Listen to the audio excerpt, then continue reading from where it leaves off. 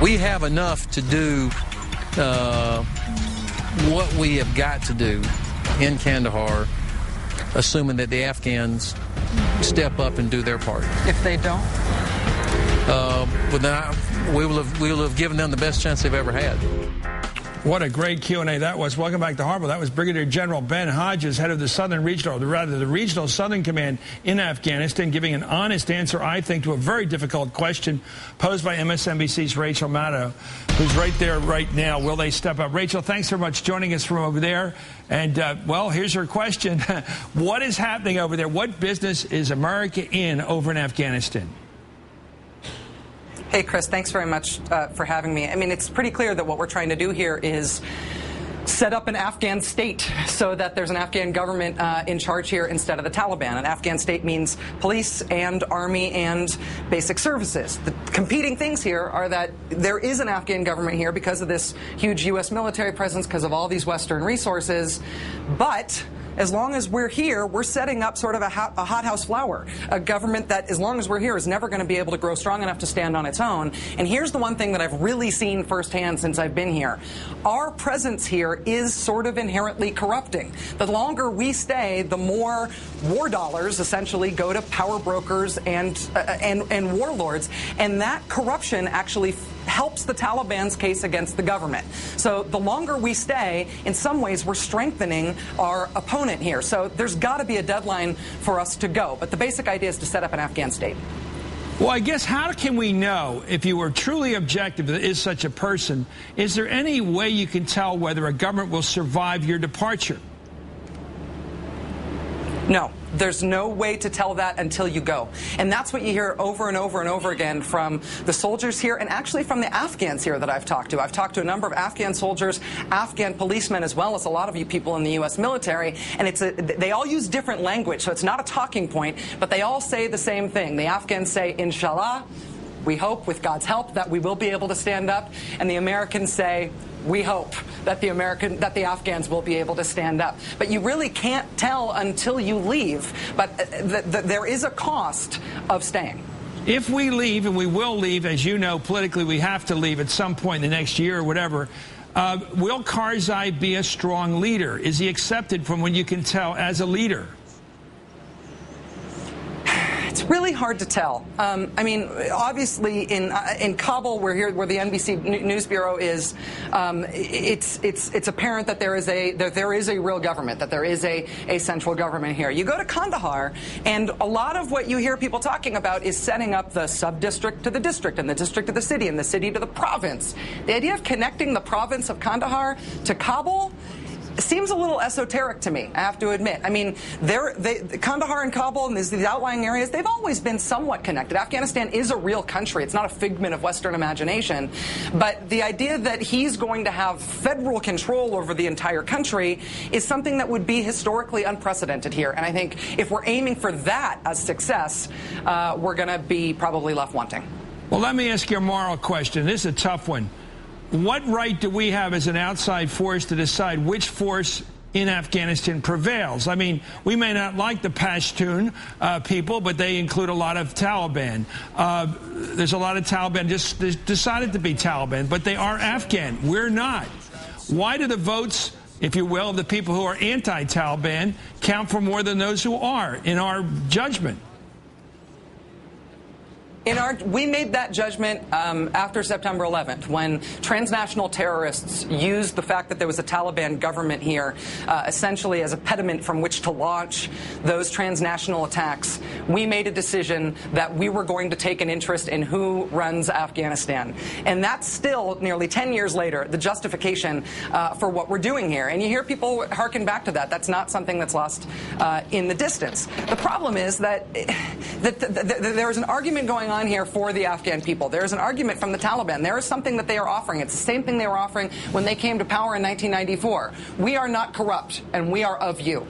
The Afghan government, on the other hand, is offering yeah, we're sort of corrupt, but wouldn't you rather have us than the Taliban because the Taliban are really brutal? It's a pretty bad argument to be in the middle of, especially if you're out in the countryside and your only relationship with the Afghan government is a policeman. And traditionally, policemen in this country for hundreds of years have essentially just been bribe takers, just operating toll booths where they take money and prey on the population. So there is this argument going on, and we are trying to weigh in on the side of the government forces.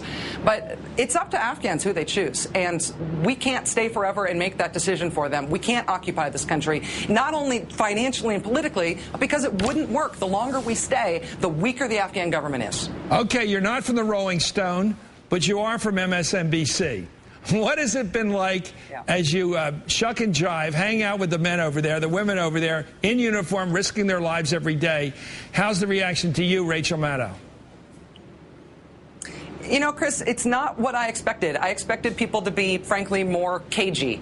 I both know Michael Hastings. He's been a friend of mine for a very long time. And I talked to a lot of people in the military between the time when Michael Hastings' article came out and I got over here. And because of all that, I thought that people were going to be very cagey.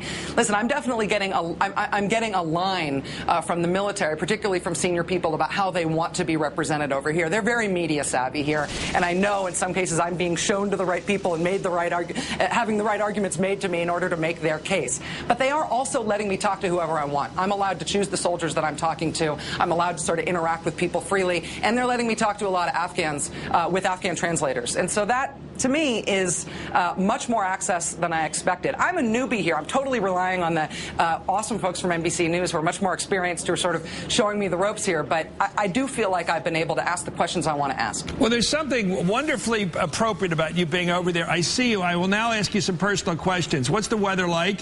What's it like walking around with a khaki shirt on, sort of like Walter Cronkite back in World War II? You know, Ernie Pyle style. What's that all feel like? You know, it's one of the things that's funny here is gender, right? When you're out on the streets of Kabul, you're out on the streets of Kandahar city, you see women in burqas, or at least covered up. In Kandahar city, it's definitely women in burqas. And here's me, this giant American, 6 feet tall with bad posture, and I sort of look like a guy anyway, and I'm covered up, and I'm in the middle here, and nobody, I definitely feel like I'm trying to be respectful, and there's nothing I can do to not seem like a Martian. So there's a certain level of just personal embarrassment at sticking out like a sore thumb everywhere I go. On the other hand, it is humbling, and it takes away some of my self-consciousness to just be allowed to be here. It's really expensive to send somebody from the States and a news crew over here to cover this. And it's a real honor to be able to see that what our troops are doing up close. They're working so hard in 120-degree heat in Kandahar. I can't understand how you do it if you're a Kandahari and you've grown up in it and you wear traditional dress. But if you're an American who hasn't grown up in it and you're wearing a flak jacket and all of your gear and a helmet and carrying a machine gun, and you're out in it all day and that's your job, it is humbling to be even allowed to be around these folks, let alone to ask them questions and have them spend time with me. It's just it's stripping away not only that embarrassment, but also any ego I ever brought with me. Okay, now to the hard, last, objective, tough question. It's July 2010. President Barack Obama, we assume, will run for re-election. I do, you do, I think. He will run for re-election in 2012. It seems to me he will have to have shown some progress over there, certainly in terms of his ability to take us out of there eventually. Do you have a sense of the clock, of the calendar over there? Is it a manifest around you that we're not staying indefinitely? There is a duration to this war. It probably has something to do with 2012. What's your sense of that, putting it all together as you've been able to do? You know, it's the thing that seems much more clear over here than it did at home before I got here is the difference between the sort of nation-building, state-building, training side of this and combat. I think that what Americans are really upset about when we look at this war, the thing that I'm upset about when I look at this war, especially from home, is the human cost and the length of our engagement here.